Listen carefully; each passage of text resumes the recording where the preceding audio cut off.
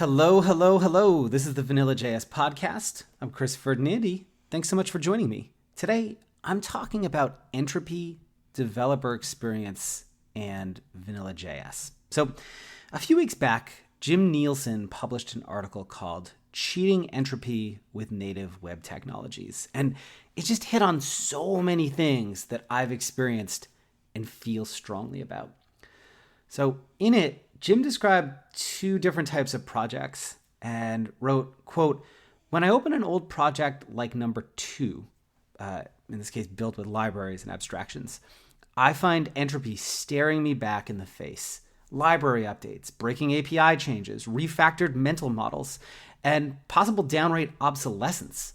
An incredible amount of effort will be required to make a simple change, test it, and get it live.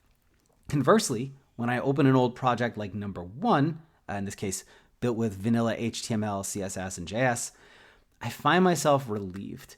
A project authored in native web technologies, enhanced with an eye towards the future, with little or no tooling, leaves me facing few obstacles. Remove a couple of shims that are no longer needed, and that's about it. Imagine that. You can remove code to update a project." So, I talk about this a bit in my talk and book, The Lean Web. In it, I describe the deep dependency change that modern tooling forces on you. It's like this house of cards that collapses around you the moment one dependency goes out of date. Jim describes it like this, quote, "On the other hand, a project built on abstractions from native web technologies, frameworks, tooling, language, sub-supersets, will contain innumerable dependencies with countless major version changes over time. Updating a single dependency often requires updating everything. Building on top of base web technologies, where possible, is a way to cheat that entropy and churn of modern web technology abstractions." And Jim comes to the same conclusion that I have, that native web technology results in a better developer experience than the tooling that's supposed to do just that. Jim writes, "The more I author code as it will be run by the browser, the easier it will be to maintain that code over time, despite the perceived inferior developer ergonomics. Remember, developer experience encompasses both the present and the future, i.e., how simple are the ergonomics to build this now and maintain it in the future.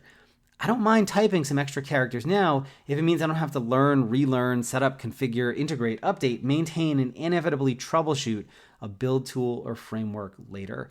And damn, does this hit so close to home. It is so hard to get set up in the first place with a modern developer tool chain. I distinctly remember on multiple occasions starting new jobs where the first week is wasted just getting build tools set up and figuring out why stuff won't work on a specific machine and what's going wrong and what's out of date and what needs to be reconfigured and what has like the latest version number, but this one was actually based on an old version number, so everything's fucked. Like it's a lot.